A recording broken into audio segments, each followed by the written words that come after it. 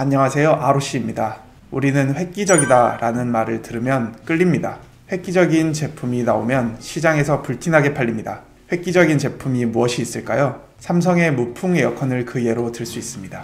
에어컨인데 바람이 안 나오는 에어컨입니다. 시원한 건 좋지만 찬바람은 싫다. 고객의 숨겨진 니즈를 제품 개발로 연결시킨 것입니다.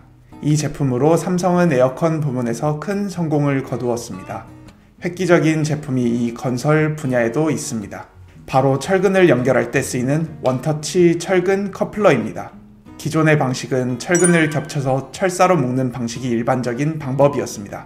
혹은 철근에 스크류 나사를 내어서 소켓, 즉 커플러에 돌려서 연결하는 방법이 있었습니다. 둘 다 쉽지 않은 방법입니다. 그런데 철근을 그냥 가져다 꽂기만 하면 연결이 되는 커플러가 개발되었습니다.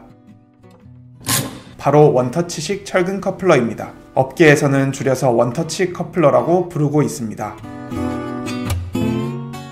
회사 소개를 하겠습니다. 우리 회사는 원터치 철근 커플러 전문 업체입니다. 위에서 말씀드린 원터치 커플러를 개발하여 시장에 안착하였고 지금도 계속 노력하고 있는 회사입니다. 2019년도에 원터치 철근 커플러인 ROC A2를 출시하였고 매년 2배가 넘는 성장을 해오고 있습니다. 원터치 커플러란 제품이 세상에 나오자 사람들은 열광했습니다. 전시회에 가면 부스 앞에는 언제나 사람들이 물밀듯이 몰려왔습니다. 그런데 쉽지는 않았습니다. 워낙 획기적인 제품이었기에 수많은 경쟁자들이 생겨난 것입니다. 그런데 원터치 커플러라는 것이 그렇게 쉽지 않습니다. 우선 안전이 중시되는 건축물에 들어가는 부품이라 품질이 까다롭습니다. 품질을 속이고 납품한 업체들이 생겨납니다. 그리고 한때 원터치 커플러에 대한 불신이 퍼지기도 했습니다. 그리고 기존의 이음 방식이던 겹침 이음과 나사식 커플러와 경쟁을 해야 하는데 단가에서 이기기가 힘들었습니다. 그래서 경쟁자들이 하나둘씩 시장에서 사라집니다. 이렇게 어려운 시장에서 꿋꿋하게 버텨온 회사가 ROC입니다. 품질과 가격에 집중하였습니다. 그 결과 본사 차원에서 특별한 마케팅을 하지 않았는데도 현장에서 찾기 시작했습니다. 흥미로운 이야기를 몇 가지 더 해볼까 합니다.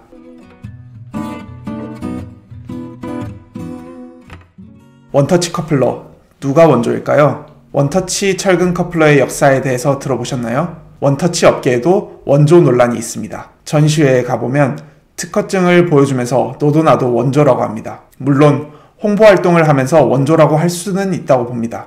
그러나 커플러 1세대 인물들이 모두 인정하고 있는 팩트가 있습니다. 세계 최초로 원터치 커플러를 개발한 나라가 어딜까요? 네, 바로 한국입니다. 그렇다면 세계 최초로 원터치 커플러를 개발한 회사는 어디일까요?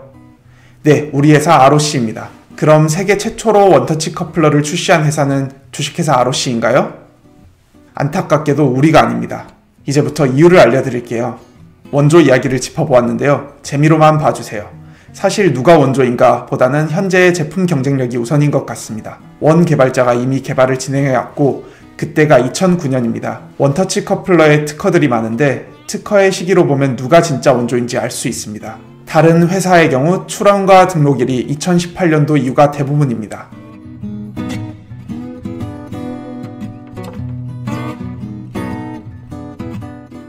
이후 사업화를 위해 라스베이거스 전시회도 하고 공장도 준비하고 상당한 돈을 투자합니다. 그런데 문제가 발생합니다. 모 업체의 제품의 생산을 의뢰하셨는데 이 업체에서 제품 분석을 하던 A씨가 몰래 생산을 계획했던 것입니다. 함께 근무하던 직원들도 목격을 합니다. 결국 이 A씨가 회사를 나와서 남의 돈을 이리저리 끌어다가 제품을 먼저 출시하게 됩니다. 돈을 주고 생산을 검토시켰더니 카피본이 돌아다니다니.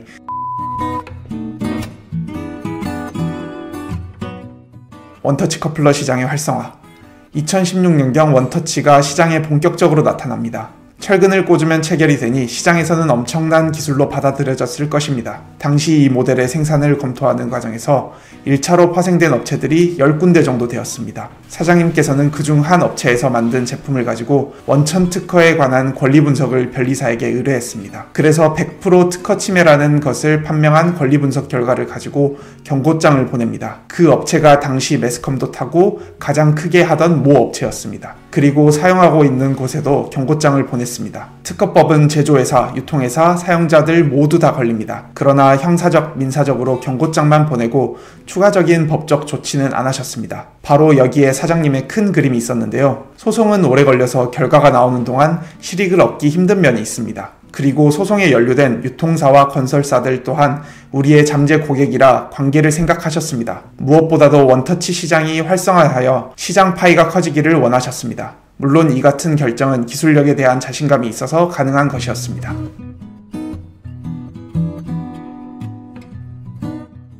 개발만 하다 볼장 다 보는 회사. 우여곡절 끝에 저희 ROC도 드디어 제품을 출시합니다. 그런데 이때가 2018년입니다. 경쟁사들이 카피해서 2016년부터 시작하였는데요. 네, 많이 늦었습니다.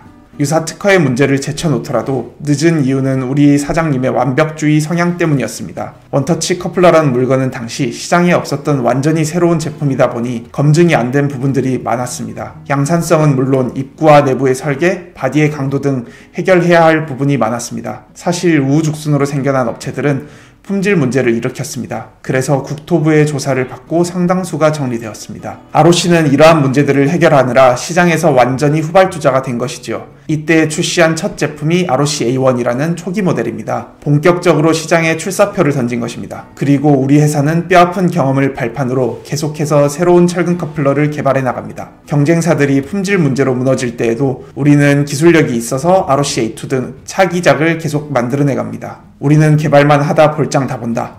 회사 안에서 우스갯소리로 하는 말입니다. 저희는 개발에 중심을 둔 회사입니다. 잘하는 것에 집중하고 있습니다. 보유 특허 숫자도 동종업계 최고이며 기술 유지비만 해도 연간 수천만 원 수준입니다. 자랑거리인 동시에 한편으로는 부담이기도 합니다. 잘 될지 결과도 모르는데 끝도 없이 비용을 투자하면서 개발을 해나가는 것 쉽지 않습니다. 사실 저도 직원 입장에서 이게 맞나 싶을 때도 있습니다. 그러나 가만히 생각해보면 이것이 우리 회사의 정체성인 것 같습니다. 개발만 하다 볼장 다 보는 회사 ROC입니다.